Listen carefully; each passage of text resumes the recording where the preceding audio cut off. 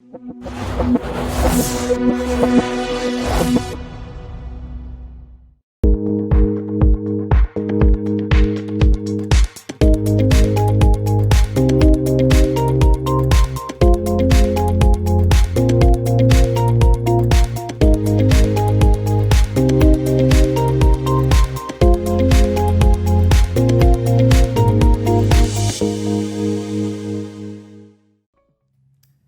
everyone, we are back with Day with Simplicity by Day. She is a professional organizer and does anything and everything related to organizing your home or decluttering your home or whatever else you might need as far as getting your home prepared or just organized.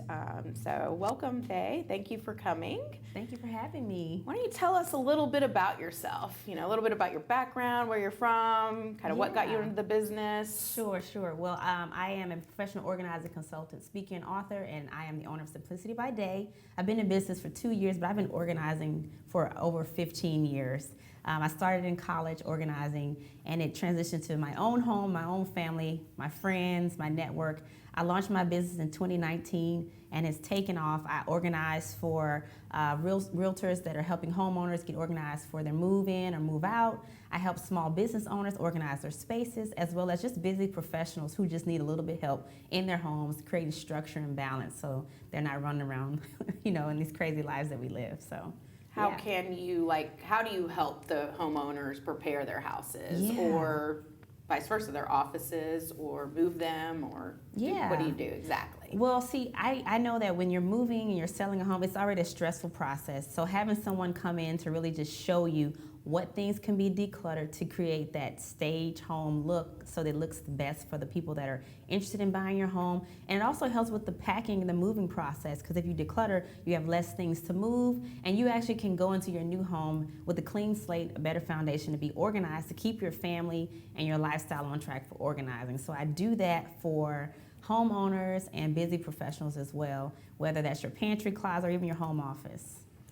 What room or area do people normally start with when they're starting this kind of decluttering process? Yeah, I get that question all the time. I always tell people one of two things. You start with the room that's going to make the biggest impact for your family or for your home. So a lot of times that's the kitchen. That's the area that people use the most.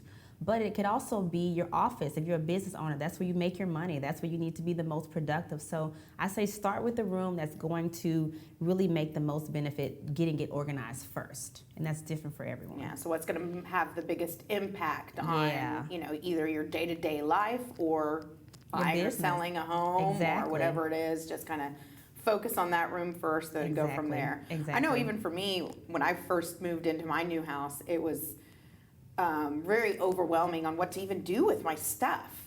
Just how to unpack it and get your house organized when you first move in to the house. That's something that you would help with as well. Yeah. I think for people who are moving especially, you're kind of in that transitional period. You don't have to unpack everything all at once. One thing I help before we move is I help you create a transitional zone where you're packing the things that you're going to need within the first month of living in your new home. And that's what you'll move into your home and unpack first. That could be like cleaning supplies, a few outfits, tools you'll need for maintenance around the house. We've already packed those things and designated that as the transitional zone for you to unpack. So you start there, and then I like to go room by room. Again, start with that room that's gonna make the biggest impact. The kitchen, maybe the office, maybe your kids' rooms, and then go from there. Don't try to take it all on at once, because it is overwhelming. Go room to room, unpacking the rooms that are priority first. So yeah.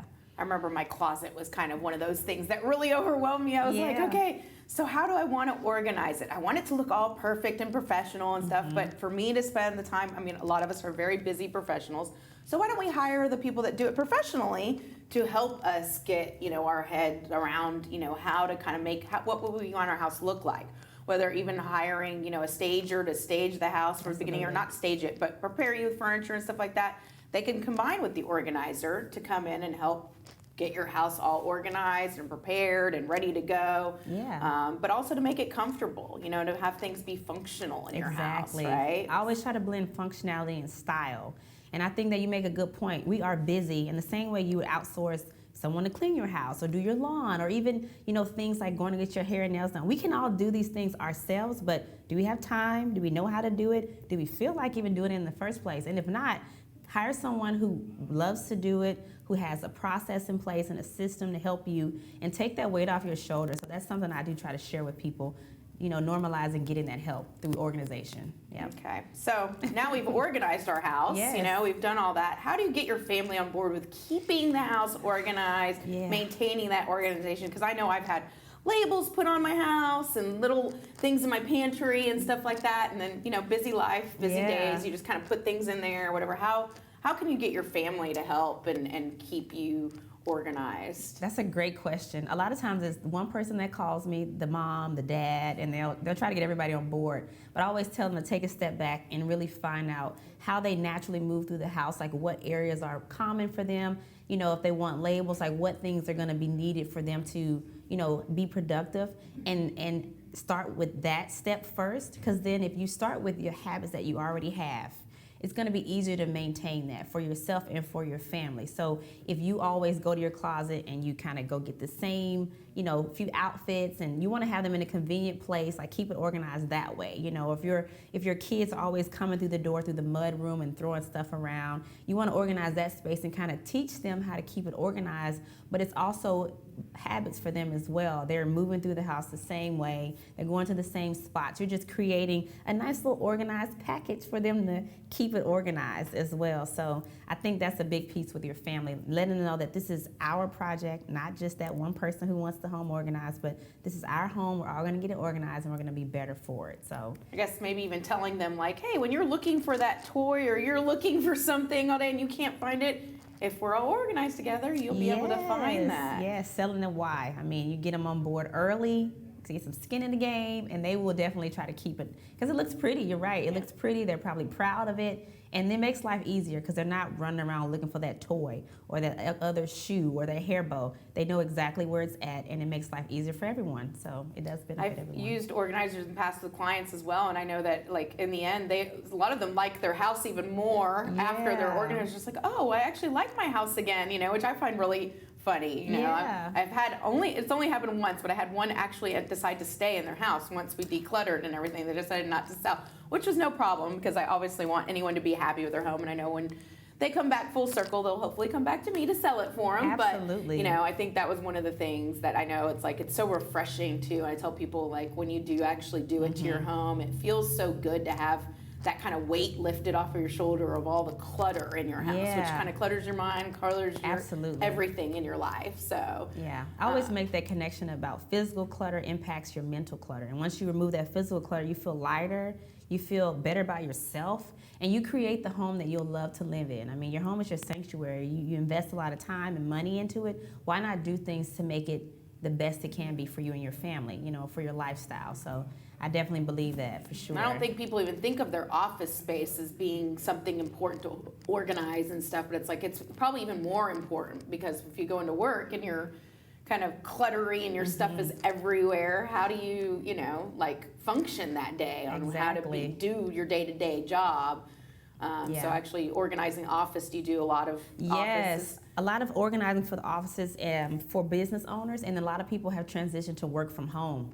They used to spend maybe a couple hours a day in the office. Now they're spending 8-9 hours in their office. So home office organization has become a big market for me. And so it is important. You even add a little bit of decor to make you feel better about your space. You put that element in there as well. But it can make or break you. I mean, if you can't find files and invoices, if you can't, find things that you need to actually do your job, that's going to impact your bottom line. So organize your office is extremely important, even if you're not a business owner, even if you're just working from home right now, and being able to just have systems to keep you organized and more productive during the day. So, yeah.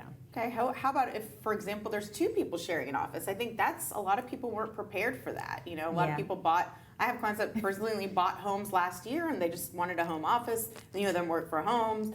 And then now all of a sudden both of them are working from home. So, I mean, kind of what do you do in that situation? How can you make that easier for people? Yeah, so not only the two adults work from home, but the kids that have been placed at home now for virtual learning, I recommend having zones. You know, if you have to have one office space, give everyone a dedicated zone and respect that. You know, if you're going to have this corner, make that your corner, keep all of your things in that corner, and then your spouse or your kids have another corner of the room, so you guys can respect each other's space and have zones.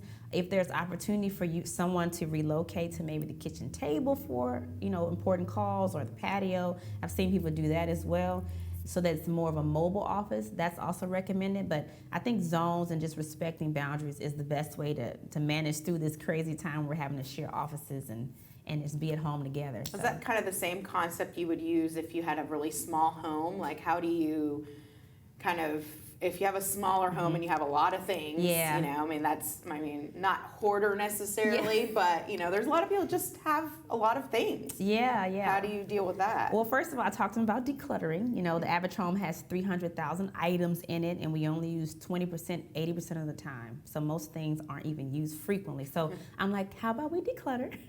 And then I try to look for opportunities to maximize space, whether that's higher ceilings, corners, under the bed storage, using wall space, finding ways to maximize your space in dead areas, to really add some systems to help you stay organized. So those are two things I would do for a small home, and we make it work. So. Okay. How do you handle people that are really attached to their things and don't want to give them up? Yeah. So one of the first things I do is talk about their organizational goals. You know, what do you want from this space or your home? Like, what do you want to see? Something must have been not okay for you to call me. So tell me about that. And I that's their why. So I keep that at the forefront of everything we do.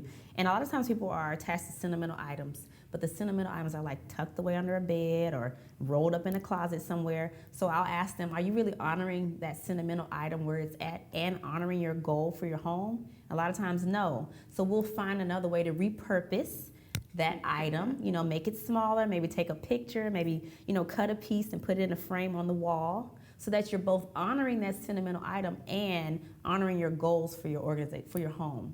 So, I think it's really important, because I think everybody has more than what they use. I mean, it doesn't matter even if you are organizer. I think you probably have a few things in your house that you could let go of, but you know, and I always feel like sometimes it's the person that does that for a living is like the worst person that actually does it for themselves. Like sometimes it's like even home maintenance or something like that for myself. It's like I tell people what to do all the time on their houses and how to maintain it, but myself sometimes I'm like, oh man, that kind of slipped through the cracks, or that's what I'm like, oh, maybe I do need a new dishwasher or whatever, you know, but it's like the out of sight, out of mind type thing, and then you're kind of just go along with your business and your day to day. Yeah, we do that. I think about other people in other industries, you know, hairstylists or teachers. They don't want to teach their kids. Maybe they don't want to do their hair because that's what they do all day. But honestly, for me, I think because I've just done it for myself without it being my career, it's a part of my life. And I always I probably annoy my husband, go and say, let's redo this, you know. Okay. So my house is constantly being renovated with organizational systems, you know, so it's kind of just part of my life now. Yeah.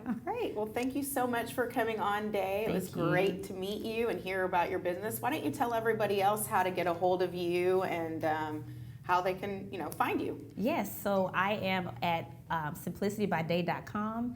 You can check out my gallery and learn about my services. And you can also schedule a complimentary consultation at meetwithdai.com and set up a free consultation to talk with me about your organizational goals as well. So I hope you guys reach out so I can come help you create the home you'll love to live in.